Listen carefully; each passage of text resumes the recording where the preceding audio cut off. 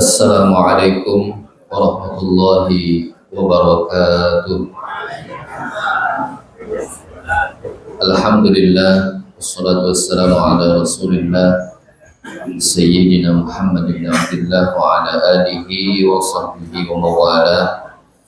Asyhadu an la ilaha illallah wahdahu la syarika lah, wa asyhadu anna sayyidana Muhammadan abduhu wa rasuluhu la nabiyya ba'dah. Allahumma shalli wa sallim ala sayyidina Muhammad wa ala ali sayyidina Muhammad. Subhanaka la ilma lana illa ma 'allamtana innaka antal alimul hakim. Rabbi shrah li sadri wa yassir li amri wahlul 'uqdatam min lisani yafqahu qawli. Rabbi zidna ilman warzuqna fahman birahmatika ya arhamar rahimin. Amma ba'du. Alhamdulillah, segala puji dan juga syukur kita kepada Allah Subhanahu wa taala, berkah limpahan karunia, taufik, hidayah dan juga inayahnya di kesempatan malam yang mulia ini. Allah pertemukan dan kumpulkan kita kembali di majelis yang insyaallah senantiasa curahan rahmat dan keberkahan Allah curahkan kepada kita. Mudah-mudahan kita yang duduk hadir di majelis ini senantiasa diberi oleh Allah kesehatan, dipanjangkan umur dalam ketaatan, selalu istiqamah di dalam kebaikan dan diwafatkan husnul khatimah. Amin. Amin ya rabbal alamin. Bapak Ibu jemaah sekalian yang dimuliakan Allah, lanjutan kajian kita Faslun fil ijtihad, halaman 10 paling atas, pasal tentang ijtihad atau berusaha tahu, lain jihad, ijtihad. Bismillahirrahmanirrahim. Idza ishtabaha alaihi qahirun bimutanajjisin ijtahada wa tatahhara bima dhanna taharatahu bi'alamatin walau a'ma wa idza akhbarahu bitanjisihi siqatun wa bayyana as-sababa aw kana faqihan muwafiqan i'tamadahu. Artinya, apabila baginya samar-samar antara benda suci dengan benda mutanajis, maka seseorang harus berusaha tahu lalu menggunakan air yang dianggapnya suci melalui suatu pertanda meskipun orang tersebut buta. Apabila ada seorang yang terpercaya memberitahunya bahwa benda tersebut najis dan ia menjelaskan sebab najisnya, atau ia mengatakan hal itu secara mutlak dan ia adalah pakar fikih yang sama mazhabnya, maka ia harus berpedoman padanya. Bapak Ibu jemaah sekalian yang dimuliakan Allah, jadi ini masalah ijtihad. Ijtihad itu sebenarnya bukan hanya untuk air. Makna daripada ijtihad disebutkan oleh ulama, al-ijtihad wa badlul majhud fi tahsilil maqsud. Itu definisi ijtihad. Badlul majhud fi tahsilil maqsud. Apa artinya? Mengarahkan seluruh kemampuan kita untuk mendapatkan atau menghasilkan sesuatu yang kita maksud atau sesuatu yang kita inginkan. Nah, ijtihad di dalam masalah air diantaranya tentu memiliki beberapa syarat dan ketentuan. Di antara syarat-syarat sahnya daripada berijtihad, yang pertama,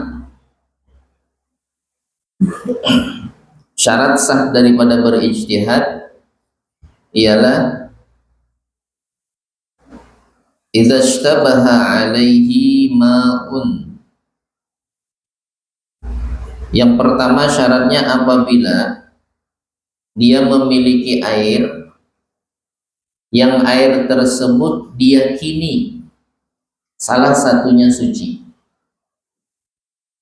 Makanya syarat sah ijtihad itu yang pertama dia punya air atau seumpamanya satu suci, yang satu tidak suci, cuman tidak tahu yang suci yang mana. Itu syarat yang pertama. Jadi harus diyakini salah satunya itu suci. Kalau kita punya ember, kita tahu di dalam kamar mandi kita ini ada dua ember, satunya najis, satunya suci. Cuman kita kada tahu lagi yang mana yang suci tadi. Lalu kita mau pakai untuk wudhu misalkan. Yang mana kira-kira yang boleh kita pakai? Nah ini nanti baru ijtihad. Itu syarat yang pertama. Jadi syarat ijtihad ayakun indahu ma'un aw nahuhu tahirun biyaqinin. Satunya suci, yakin kita suci. Yang kedua ta'addudul mushtabih. Wadah yang kita samar tadi lebih dari satu. Kalau di kamar mandi kita cuma ada satu tempat, kita bingung, ya. Ini suci kah tidak? Nah, itu tidak bisa diijtihadkan. Jadi ijtihad itu minimal harus minimal dua atau lebih. Contoh selain air bisa enggak? Bisa. Baju kita di lemari, ya, atau di jemuran, dikencing kucing, atau ditumpukan sebelum disetrika atau sebelum dilipat, dikencing kucing. Cuman kita tidak tahu yang mana dikencinginya. Maka ini bisa diijtihadkan. Ijtihad itu nanti kita pilih yang mana yang kita yakini, ya, bukan yakin 100%, sampai 75%, sangkaan kita lebih kuat, oh ini suci, oh ini najis. Jadi benda yang mau diijtihadkan itu harus lebih dari satu.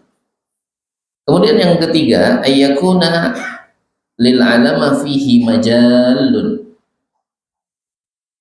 Untuk mengetahui hasil ijtihad ini bisa menghasilkan ijtihad kalau ada tanda-tandanya. Kalau tidak ada tandanya nggak bisa. Minta air buah.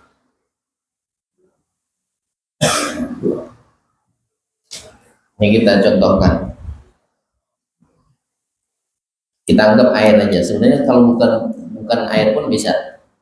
Jadi syarat yang pertama, di antara wadah-wadah yang mau kita ijtihadkan ini ada salah satunya kita yakin suci. Kalau semuanya kemungkinan najis tidak bisa diijtihadkan. Yakin kita suci salah satunya. Satu. Yang kedua, wadahnya tidak satu, dua minimal atau lebih. Yang ketiga, bisa diijtihadkan kalau ada tandanya.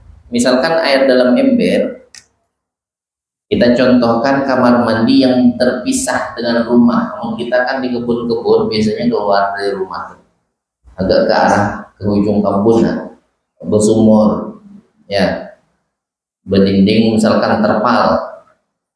Di situ ada ember dua. Kita tengok ada anjing masuk, basah pula sininya. Mulut anjing itu basah. Wah, kita yakin pasti minum air dalam kamar mandi. Lalu pas kita hendak wudhu atau menggunakan air itu untuk mandi dan sebagainya, kita bingung yang mana tadi bekas jilat anjing. Maka di dalam kamar mandi itu harus ada dua wadah minimal. Kalau cuma satu jangan diijtihadkan. Yang dalam ember itu buang aja lagi. Apalagi diijtihadkan. Tidak perlu lagi diijtihadkan. Jelas-jelas wadahnya cuma satu, tidak bisa. Buang aja lagi. Jadi syaratnya harus minimal dua tempatnya. Kemudian kita yakini tadi salah satu di antara najis yang diminum, kita yakin cuma satu yang dijilat anjing. Yang ketiga tadi ada tandanya. Kayak apa kita bisa mengetahui ada bekas anjing yang dijilat, wadah tersebut dijilat anjing? Kayak apa caranya? Salah satu di antaranya kita tengok aja ember itu ada enggak air yang bergoyang. Kalau kelihatan masih bergoyang bajunya, berombak masih dalam ember itu, maka kita yakini walaupun tidak 100%, ya, sangkaan kuat kita pasti ini yang bekas dijilatnya sebab airnya goyang nih. Bisa dengan itu, atau airnya sudah tidak bergoyang lagi karena sudah beberapa menit misalkan setelah anjing tadi masuk baru kita tengok. Cuman kita lihat ember tadi ada yang bebekas kayak macam air naik, kan ada tuh.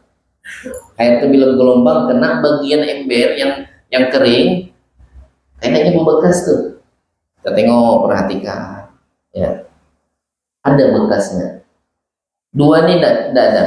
Yang pertama tadi kada bergoyang bajunya. Yang kedua tidak ada bekasnya air itu naik. Cari alasan yang ketiga. Ya, misalkan airnya keruh kah ada, misalkan tadinya jernih, ya, yang satunya ada keruh. Mungkin bekas mulut anjing tadi dan seterusnya. Nanti bila sudah kita dapat hasilnya, maka yang kita yakini itu najis, buang, sunnahnya dibuang. Yang kita yakini itu suci, boleh dipakai. Walaupun kada yakin, walaupun tidak pakai CCTV, walaupun misalkan ya kita tidak melihat yang dijilatnya itu yang mana. Tapi yang jelas setelah kita ijtihadkan menghasilkan 75%, artinya di atas 50% kita yakini air ini bekas dijilatnya, yang sebelahnya yang tidak dijilatnya. Itu yang disebut dengan ijtihad. Sama kayak baju, ya. Baju kita bertumpuk, belum disetrika, mau dilipat. Dari jauh kita lihat, ya, kucing singgah kencing. Udah, kucingnya udah pergi sudah. Cuma tidak langsung kita tengok. Kalau langsung kita tengok kan kelihatan yang mana yang basah. Nah, setelah beberapa jam kemudian baru kita sadar, tadi kucing kencing di sini. Berapa biji bajunya di situ? Kalau cuma satu gamis gantung, jangan diijtihadkan lagi, cuci aja langsung. Apalagi diijtihadkan, ya jelas, ya itu yang kena najis. Tapi kalau bajunya ada 2, 3 dan seterusnya, boleh kita ijtihadkan. Di antaranya cara mengijtihadkan, kalau kencing kucing tinggal dicium. Amunnya bajunya putih kelihatan, misalkan warnanya bekas kena air kencing tadi.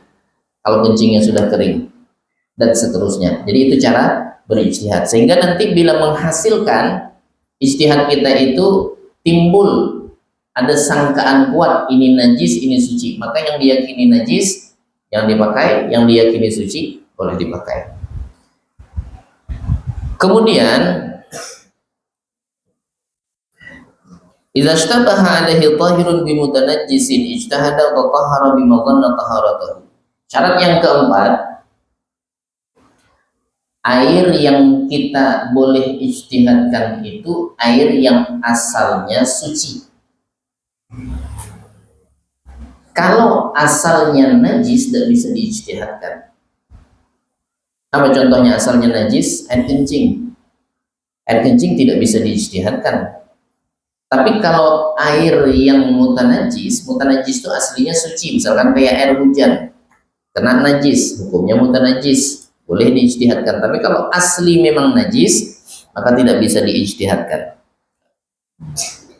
Ayyakuna likulli minal mushtabih fihi aslun fit tathhir. Hendaknya setiap ember tadi airnya itu memang suci asalnya. Lain misalkan nih 2 tempat air, satunya air kencing, satunya air hujan. Masuk misalkan anjing tadi bekas jilat situ, itu tidak perlu diijtihadkan lagi, buang aja lagi, karena satu air kencing, yang satunya air hujan, maka kita yakinilah ini yang dijilatnya. Tapi kalau ini air hujan, ini air hujan, ini air sumur, boleh diijtihadkan. Jadi harus dua-duanya asal air itu adalah suci. Tapi kalau salah satunya suci, salah satunya air najis, tidak bisa diijtihadkan. Ya, jadi tidak bisa diijtihadkan bila salah satu di antara 2 tempat air itu aslinya memang air najis. Kalau satunya najis, satunya suci, tidak bisa diijtihadkan. Jadi yang bisa diijtihadkan bila dua-duanya dihukumkan suci. Walau a'ma, walaupun orang buta.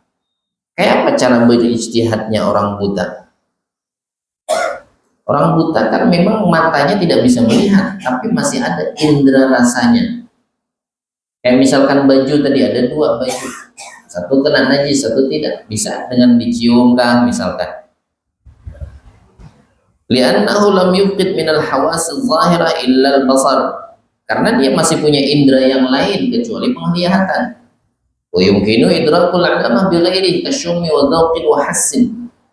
Masih bisa cara dia berijtihad, misalkan mencium, dipegang, oh yang mana yang basah nih, yang basah berarti kena kencing-kencing, ya yang kering enggak, dan seterusnya.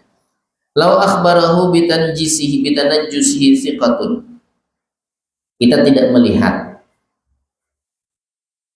air yang mau kita pakai tadi, pas kita memakai tiba-tiba ada orang datang, Pak, jangan dipakai baju tuh, ya baju itu tadi bekas dijilat anjing. Apa hukumnya jika ada orang yang memberikan kabar kepada kita demikian tentang najisnya sesuatu, baik air atau pakaian? Lau akhbarahu bitanajjusihi siqatun, seandainya ada seseorang mengabarkan kepada kita najisnya air atau sesuatu yang lain, yang mengabarkan ini orangnya orang yang bisa dipercaya,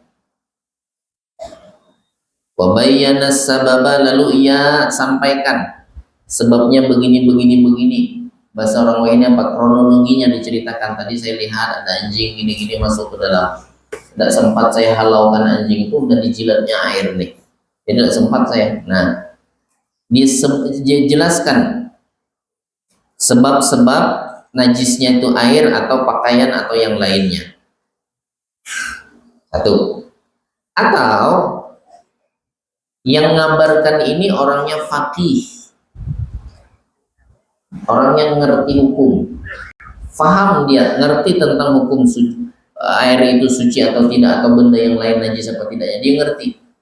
Muwafiqan lahu fil madhab, kemudian orangnya ini selain dia ngerti hukum, madhabnya sama dengan kita. Apa hukumnya? Ini kalau ada kita hendak berwudu, hendak pakai baju, jangan dipakai baju itu pas kencing kucing tadi. Apakah bisa langsung diterima? Satu. Yang kedua, dia tidak jelaskan sebab-sebabnya, tapi orangnya faqih, ngerti hukum dan madhabnya sama dengan kita. Kemudian dia bilang, jangan dipakai itu air itu najis, jangan dipakai itu pakaian itu najis. I'tamadahu, maka kita bila dapat kabar dari orang yang bisa dipercaya atau orang yang faqih, maka wajib kita ikut apa yang telah disampaikannya. Artinya jangan dipakai itu air. Kalau tetap kita pakai, tidak sah kita wudu. Baju tadi, kalau dia bilang najis, tidak sah kita bawa sholat.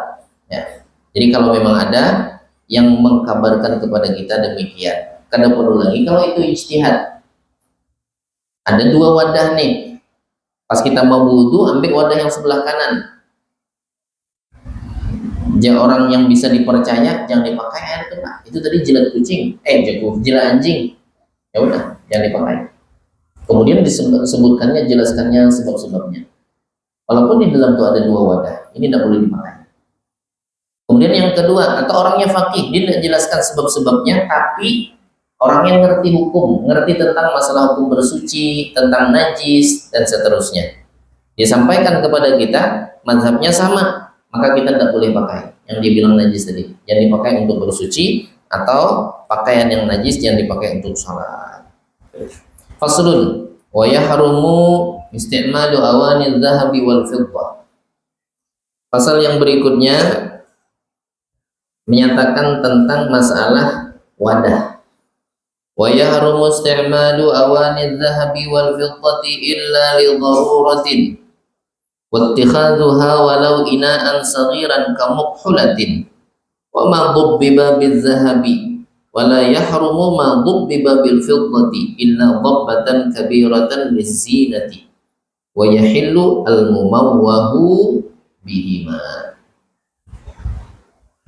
Haram menggunakan wadah-wadah yang terbuat dari emas dan perak kecuali karena kondisi darurat atau mendesak, dan haram menyimpannya meskipun berupa wadah kecil seperti wadah celak, dan haram memakai wadah yang ditambal dengan emas. Tidak haram mempergunakan wadah yang ditambal dengan perak kecuali bila berupa tambalan yang besar untuk tujuan menghiasi. Halal memakai benda yang disepuh dengan dua logam tersebut. Nah, ini masalah wadah yang terbuat dari emas dan perak. Jadi pasal yang berikutnya, haram hukumnya menggunakan wadah yang terbuat dari emas dan perak untuk siapapun, baik untuk laki-laki ataupun untuk perempuan. Laki-laki, perempuan haram menggunakan wadah yang terbuat dari emas ataupun perak, baik dipakainya untuk bersuci atau selain bersuci, baik dipakai digunakan wadah tersebut untuk keperluan dirinya sendiri atau keperluan orang lain, walaupun itu wadah sangat kecil.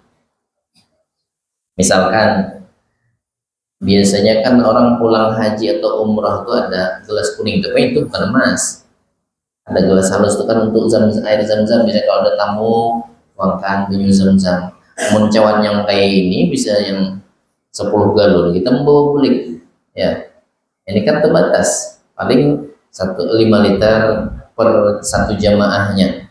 Kita bawa banyak-banyak, jadi belilah gelas yang kecil. Seandainya ada punya gelas kecil seperti itu, emas harus banget gelasnya. Boleh, walaupun celak mata.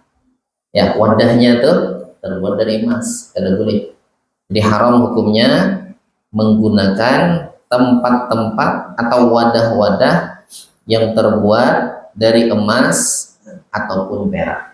Murni emas atau perak, kecuali nanti kalau yang disepuh itu pun harus ada syaratnya juga. Ada juga walaupun disepuh haram juga, namun sepuhannya banyak sedikitnya nanti insya Allah kita sampaikan. Jadi haram hukumnya menggunakan wadah yang terbuat dari emas dan perak walaupun kecil. Kemudian illa li daruratin, kecuali karena darurat, tidak ada pilihan lagi.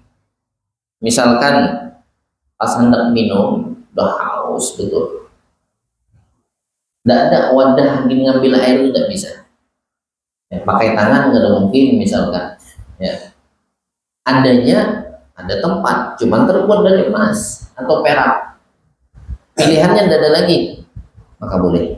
Kalau tidak ada pilihan lagi ya hilang keharamannya. Tapi kalau masih ada pilihan maka haram hukumnya. Di dalam hadis sahih riwayat Imam Muslim, Nabi Shallallahu Alaihi Wasallam bersabda, la tashrabu fi awani dhahabi wal fiddah wa la ta'kulu fi sihafihima.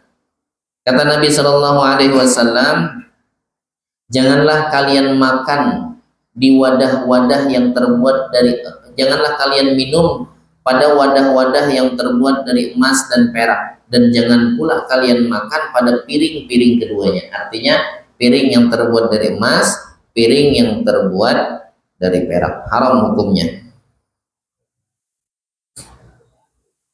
Kemudian haram menggunakannya, haram pula menyimpannya. Wattikhaduha walau ina'an saghiran kamukhulatin, haram menggunakan dan haram menyimpan, walaupun dijadikan cuma untuk hiasan saja, tapi ini bentuknya wadah ya. Ai iqtina'uha min ghairi isti'malin. Ittikhad itu artinya menyimpannya tanpa dipakai, cuma untuk hiasan, taruh di lemari, cuman gelas, piring, emas ya, sama hukumnya juga haram. Kenapa diharamkan? Apa alasannya? Kan tidak dipakai. Li'annal ittikhad qad yajurru ila al-isti'mal. Memang niatnya tidak ada untuk menggunakan, tapi suatu waktu bisa jadi ada gelas emas simpan dalam lemari, memang ada niat untuk memakai gelas tadi ya, cuman suatu waktu bisa jadi dipakai itu. Maka oleh sebab itu ya dikhawatirkan seperti itu, maka haram juga menyimpannya. Jadi mau hendak disimpan emas atau perak, jangan berupa wadah, gelas, piring dan seterusnya.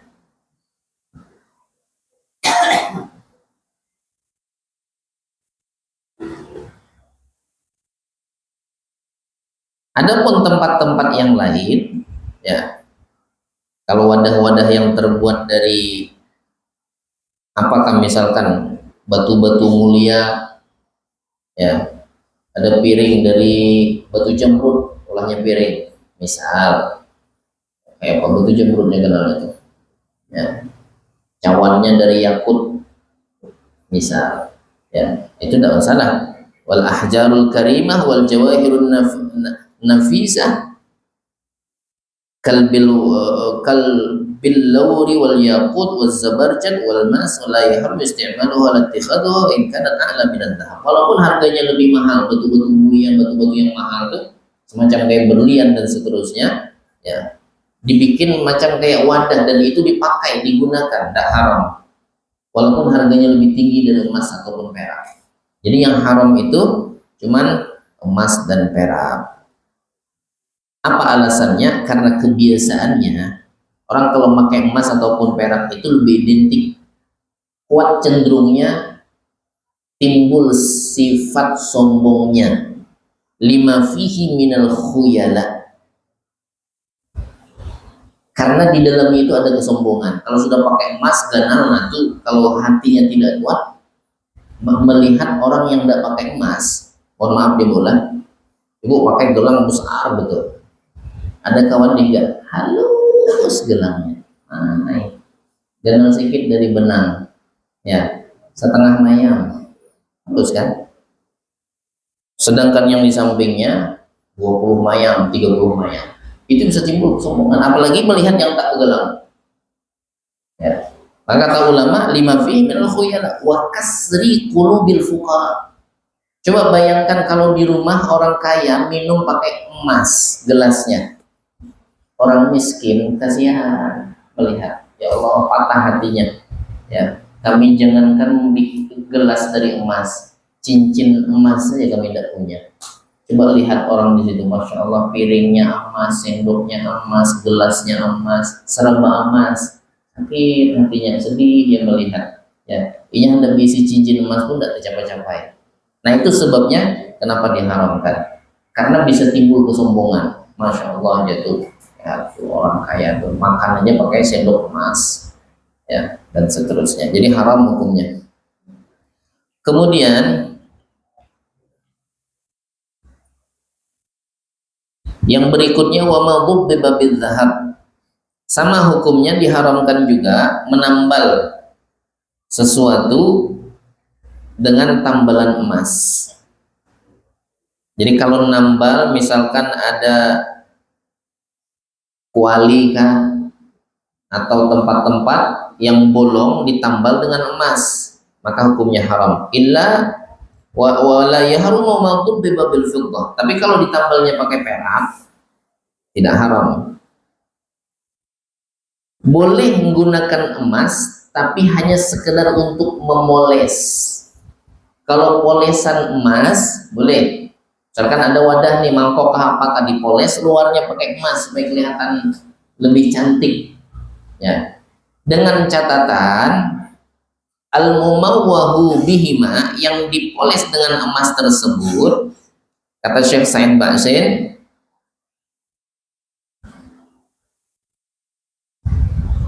illam yahsul minhu syai'un yaqinan bil ardi 'alan nar li qillatil mumawwahi bihi hina idzin fakannahu adamun fa hasala haruma fi ghairi hulli imra'atin. Kalau seandainya sepuhannya itu dipanaskan, anggaplah kayak gelas nih, sepuh luarnya pakai emas, memang asli emas, bukan warna emas, asli memang pakai emas. Ada tempat besi atau apa tadi poles luarnya pakai emas, bagus mungkin dari luar kelihatan. Boleh apa tidak? Boleh bila tempat ini dipanaskan dalam ukuran suhu tertentu sampai kira-kira kalau emas itu bisa meleleh di suhu-suhu tertentu, kira-kira polesannya ini ada enggak meleleh? Kalau meleleh itu dianggap banyak haram. Tapi kalau misalkan dipanaskan dengan suhu tertentu yang kiranya kalau emas itu udah meleleh, tapi tidak meleleh, satunya hilang aja sepuhannya tadi, nah itu tidak apa-apa, halal. Jadi kalau misalkan dipanaskan kadang meleleh, itu nandakan saking sedikitnya. Misalkan saking sedikitnya itu cuma ngambil ada warna aja, agak kekuning-kuningan, nah itu halal. Tapi kalau misalkan dipanaskan itu meleleh, cair, emas polesannya tadi, walaupun bahasanya bukan nambal, dipoles juga, tapi emasnya kadarnya banyak sampai ada kelihatan bendanya ketika dipanaskan tuh meleleh, maka hukumnya haram. Kemudian pasal yang berikutnya, faslun yusannu siwaku fi kulli halin. Nah, ini disebut dengan, kalau di sini ada namanya khisalul fitrah. Faslun fi khisalil fitrah. Yusannu siwaku fi kulli halin wa yata'akkadu lil wudu'i was salati li kulli ihramin wa iradati qira'atil qur'ani wal hadithi wal dhikri wasfiraril asnani wa dukhulil baiti wal qiyami minan naumi wa iradatin naum wa li kulli halin yataghayyaru fihi al fam wa yukrahu lis-saimi ba'da az-zawal wa yahsulu bi kulli khashinin la usbu'ihi wal araku awla thumma an-nakhlu wa yustahabbu ay yastaka biyabisin nudiya atau nudiya bil ma'i wa yastaka 'ardan illa fil lisan. Titik, sampai situ masalah siwak. Jadi bab ini disunnahkan bersiwak dalam seluruh keadaan. Bersiwak sangat dianjurkan atau sunnah muakkad untuk wudu, untuk sholat, tiap takbiratul ihram, ketika hendak membaca Al-Quran, hadis, zikir, ketika menguningnya gigi, masuk rumah, bangun tidur, hendak tidur, dan tiap keadaan mulut mengalami perubahan bau. Namun bersiwak makruh dilakukan setelah tergelincirnya matahari bagi orang yang berpuasa. Bersiwak bisa memakai tiap benda yang kasar, namun tidak bisa dengan memakai jari sendiri. Kayu arak paling utama, disusul berikutnya kayu dari pohon kurma. Sunnah bersiwak memakai kayu kering yang dibasahi air. Bersiwak secara melintang atau menggesekkan batang siwak, bukan ujungnya, kecuali terhadap lidah. Nanti kita bahas ini. Sebelumnya kami ingin sampaikan fadilah siwak. Jadi siwak ini memiliki banyak keistimewaan dan keutamaan. Di antaranya di dalam hadis Nabi kita sallallahu alaihi wasallam bersabda, qala Rasulullah sallallahu alaihi wasallam, laula an asyqa ala ummati la amartuhum bis-siwaki 'inda kulli salatin. Wa fi riwayatin ma'a kulli wudu'in. Apa kata Nabi? Seandainya tidak menyusahkan atas umatku, maka pasti akan aku perintahkan mereka untuk bersiwak di setiap kali sholat. Sebagian riwayat menyebutkan di setiap kali wudu. Wa qala kadzalika, dalam sabdanya yang lain, as-siwaku maqharatun lil fam mardatun lirrabb majlatun lil basar. Siwak itu, kata Nabi sallallahu alaihi wasallam, membersihkan mulut, membuat Allah redha, dan membuat mata kita ini terang. Nah, ini fadilahnya bersiwak. Jadi bila kita bersiwak nih, buat mata kita ini terang penglihatannya, karena buram. Kemudian dalam riwayat lain Nabi sallallahu alaihi wasallam bersabda, raka'atani bisiwakin khairun min 70 raka'atan bighairi siwak. 2 rakaat pakai siwak itu, kata Rasulullah, lebih bagus ketimbang orang tidak bersiwak, salatnya 70 kali lipat atau 70 rakaat, khairun min 70 raka'atan bighairi siwakin. Kita berdua nih, ya, kita bersiwak, kawan kita kada bersiwak. Kita sholat bersiwak misalkan 2 rakaat, kawan kita di sampingnya 70 rakaatnya sembahyang, masih bagus kita yang 2 rakaat. Itu keutamaan siwak. Dalam riwayat yang lain, fadlus salati bisiwak ala salati bighairi siwak 70 dhifan. Kalau tadi 70 rakaat, kalau yang riwayat yang berikutnya ini keutamaan orang bersiwak, satu kali sholat bersiwak ketimbang orang yang tidak bersiwak, satu kali yang bersiwak itu lebih utama dibandingkan 70 kali orang yang tidak bersiwak sembahyang. Masih bagusan kita yang bersiwak. Misalkan kalau kita sembahyang isya ya sekali, ya tadi sholat isya bersiwak kita sekali kita sembahyang, itu keutamaannya lebih bagus daripada 70 kali orang sembahyang isya yang tidak bersiwak. Kalau sholat sunnah, kalau riwayat yang sebelumnya 2 rakaat yang bersiwak lebih bagus ketimbang 70 rakaat yang tidak bersiwak. Riwayat yang lain lebih utama orang yang bersiwak 70 kali lipatnya yang tidak bersiwak. Kemudian apa saja keutamaan siwak yang lain? Fawaidus siwaki katsiratun awsalaha ba'dhum ila 70. Sebagian ulama menyebutkan sampai ada 70 keistimewaan. Di antara yang 70 tapi tidak disebutkan semua. Annahu yazidu fil fasahati wal aqli wal hifzi. Kalau orang sering bersiwak itu akan menambah kefasihan.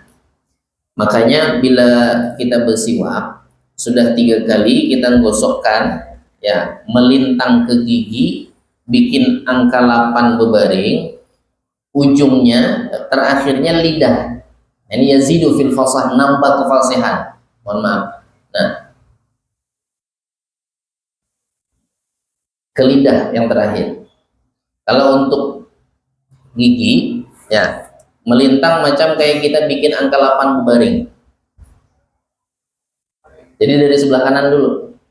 Saya kayak bikin angka 8. Kalau kita bukan angka 8 gini. Nah, itu berdiri. Ini yang berbaring. Jadi sebelah kanan dulu.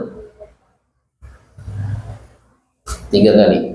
Setelah 3 kali baru lidah 3 kali. Kalau lidah jangan begini. Ya, lurus.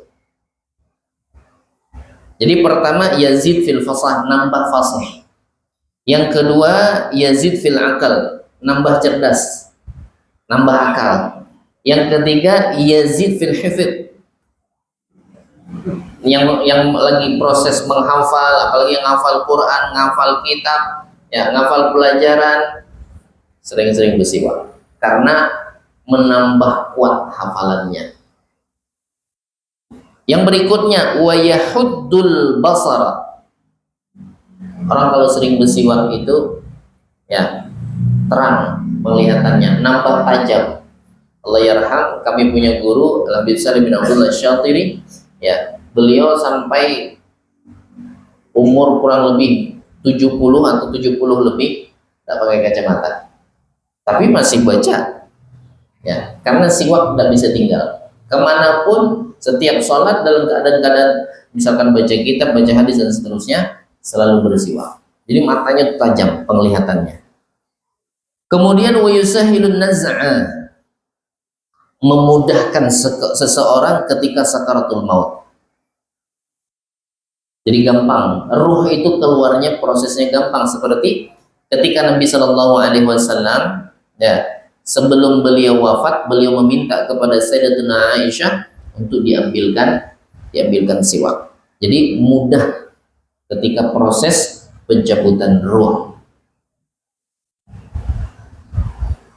Kemudian wa yudha'iful ajra, melipat gandakan pahala. Itu salah satunya tadi sholat. Satu riwayat menyebutkan 2 rakaat pakai siwak lebih bagus ketimbang 70 rakaat tidak bersiwak. Riwayat kedua, keutamaan 1 kali sholat bersiwak lebih bagus, lebih utama ketimbang 70 kali lipat sholat tidak bersiwak. Jadi yudha'iful ajar, melipat gandakan pahala. Wa yubti'us syaiba, melambatkan tumbuhnya uban. Cuman sudah beruban karena mau lagi hirang. Ya, ini yang belum tumbuh uban sering bersiwak lambat tumbuh. Misalkan umur 60, wajarnya orang sudah beruban, ini ada beruban belum? Ya, itu salah satunya siwak, manfaat siwak. Yubti'u syai' wa yutayyibu raihatal fam, membuat mulutnya itu wangi, jadi tidak bau kalau orang suka pakai siwak. Wa yuzilul qalha wa sufratal asnan, ya, menghilangkan karang gigi dan menghilangkan warna kuningnya gigi.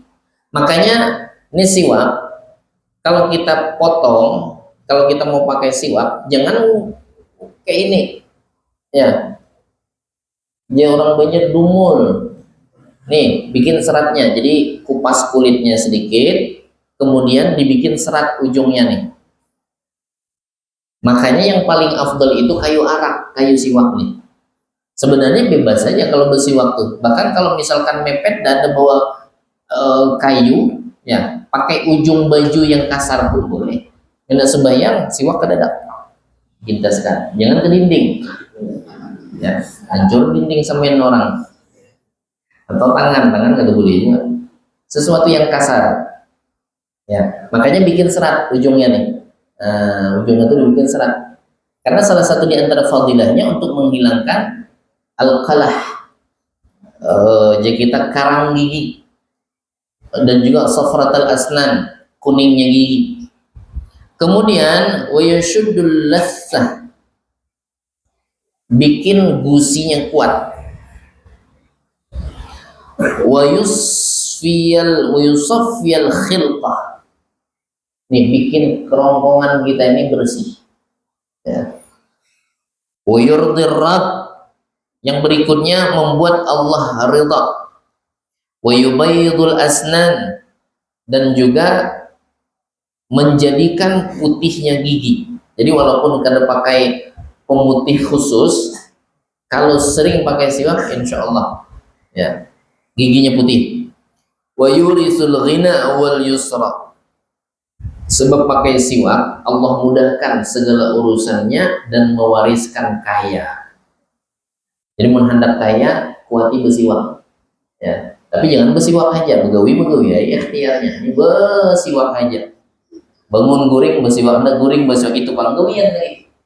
Apa ada begawi jangan bersiwak aja, ini aja, insya Allah kaya.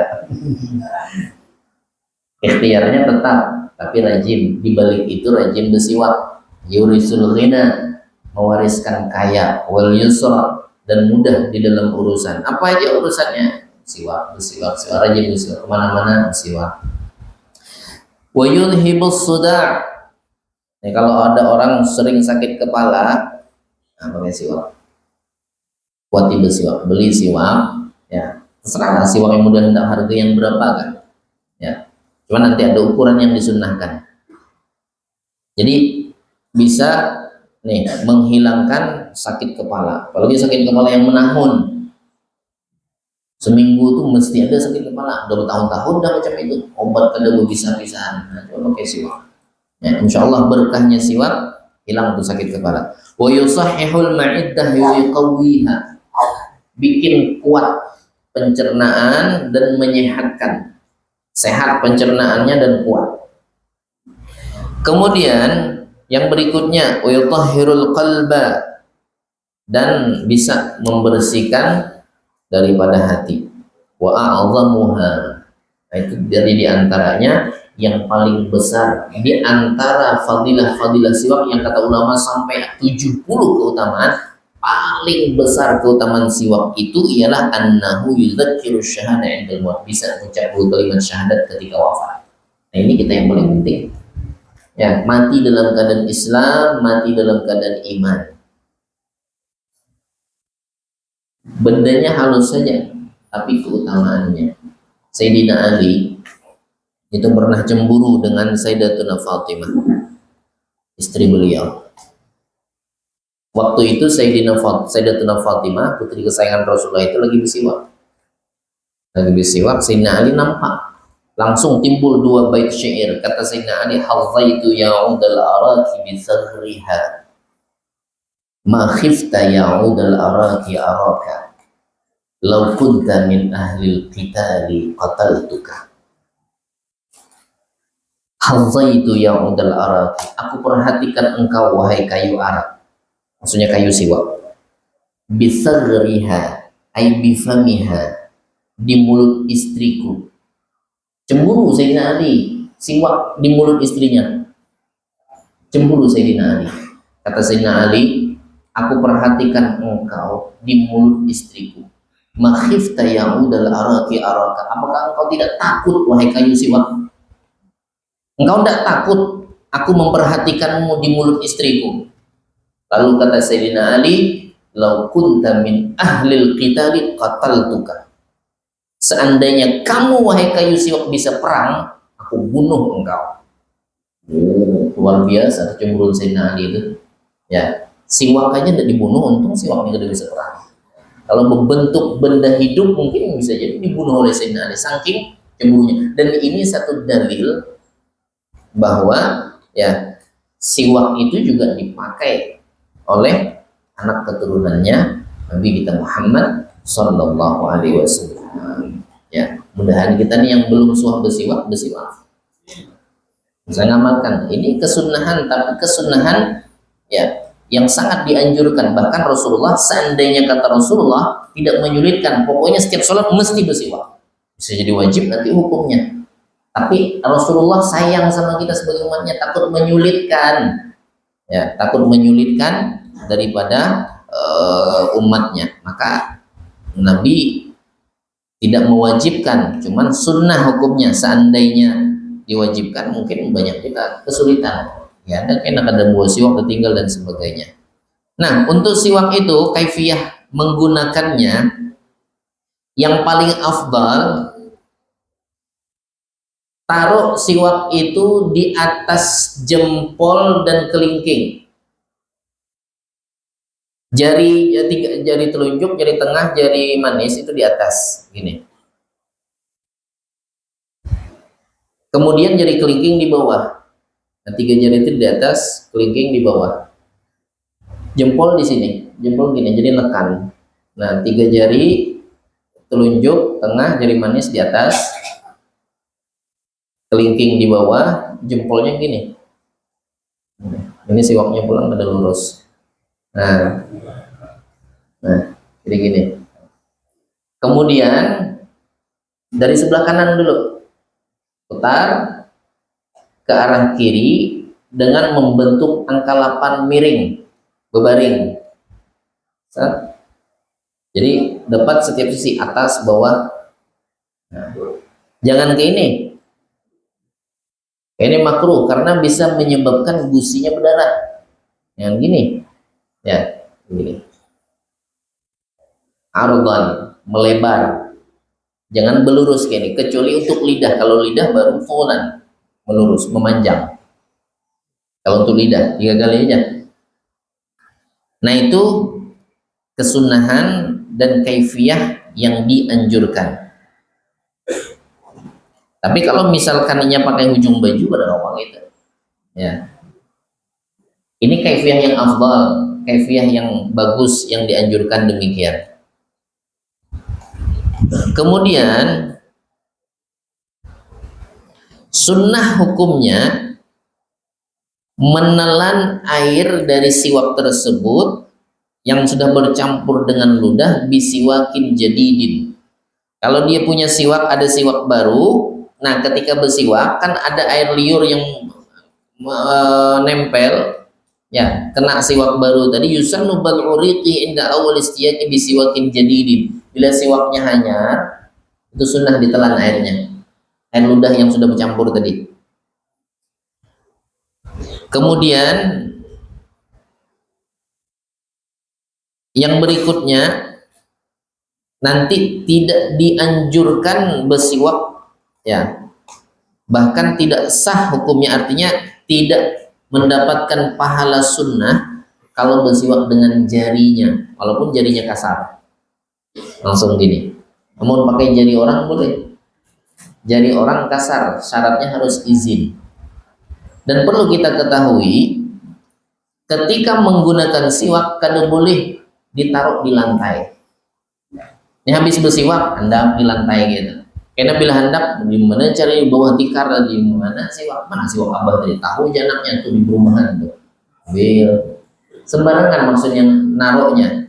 Maka Nabi kita Muhammad sallallahu alaihi wasallam bersabda, qala Nabi sallallahu alaihi wasallam, man wada'a siwaka 'ala al-ard wastaka bihi fa asabahu Allahul junun fala yalumanna illa nafsah. Kata Rasulullah sallallahu alaihi wasallam, siapa yang meletakkan siwaknya di lantai, kemudian dia kalau mau bersiwak diambilnya lagi, maka Allah akan timpakan dia gila. Maka jangan disalahkan amun sudah gila, kecuali salahkan diri sendiri. Artinya jangan sembarangan mandap siwak. Ya, walaupun diikat di ujung tasbih di mana-mana kita melempar, ada kan yang halus banget sini. Nah, ikatnya di ujung tasbih supaya kada ketinggalan, jadi kemana-mana karena tasbihnya itu dibawa-bawa. Tapi kalau ditaruh di lantai jangan. Kemudian siwak-siwak kita yang sudah kada terpakai lagi, yang sudah dipakai beberapa bulan, misalkan kita ganti siwak nih, kayak apa caranya untuk adabnya? Jangan dibuang, kumpul, ya gali tanah sedikit, kuburkan. Sunnahnya demikian. Jadi kalau misalkan ada siwak-siwak kita yang sudah lama, yang sudah kada kepakai lagi, sunnahnya dikubur. Jangan dibuang sembarangan, jangan dibakar, ya sunnahnya dikubur. Nah itulah diantara keutamaan siwak. Kemudian untuk ukurannya, siwak jangan lebih dari 1 jengkal.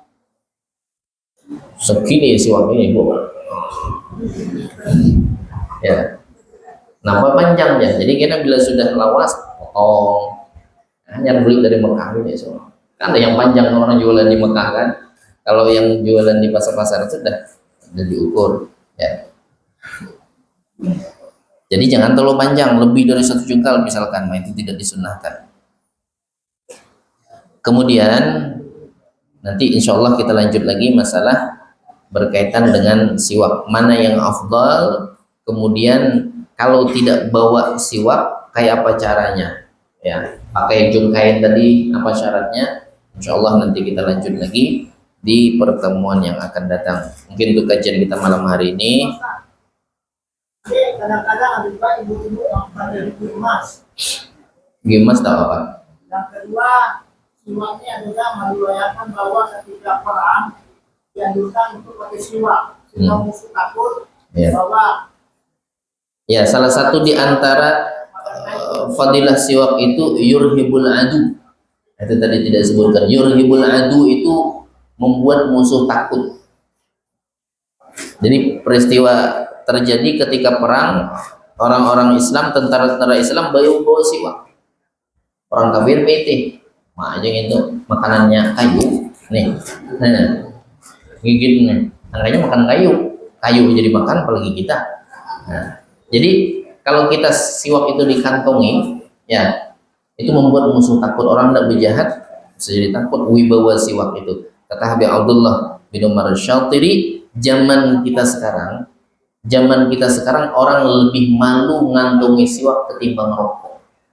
Zaman kita ini, padahal ini jelas disunnahkan. Mudah-mudahan kita seberataan bisa bersiwak. Yang belum pernah pakai siwak, nah beli siwak. Tapi ulun nggak ada jualan siwak ada. Ya, carilah di mana kan. Ya, namun belum ada punya kayu siwak, boleh pakai kayu yang lain, asalkan jangan kayu yang beracun, getahnya itu membuat geruha. Kalau kayu-kayu yang lain, yang penting kasar, boleh. Ya. beracun kayu emas. Nah, inilah yang bisa kami sampaikan. Insya Allah nanti kita lanjut lagi masalah bab siwak. Bapak Ibu jemaah sekalian yang dimuliakan Allah, nanti kita lanjut ulangi bab siwak pembahasan yang di kitab. Mari sama-sama kita baca suratul Fatihah, kita niatkan dan mohon kepada Allah Subhanahu wa taala dengan berkah suratul Fatihah ini yang sakit Allah sembuhkan. Kemudian yang punya hajat, segala hajat dunia, hajat akhiratnya dikabulkan oleh Allah. Dengan berkah ini majlis, mudah-mudahan kita seberataan wafat husnul khatimah. Ala hadini wa ala kulli niyatin salih wa ala man wa sallallahu alaihi wa ala man wa jami'u masyayikhina wa ila hadratin nabi Muhammadin sallallahu alaihi wasallam. Al-Fatihah. A'udzu billahi minasyaitonir rajim. Bismillahirrahmanirrahim. Alhamdulillahirabbil alamin.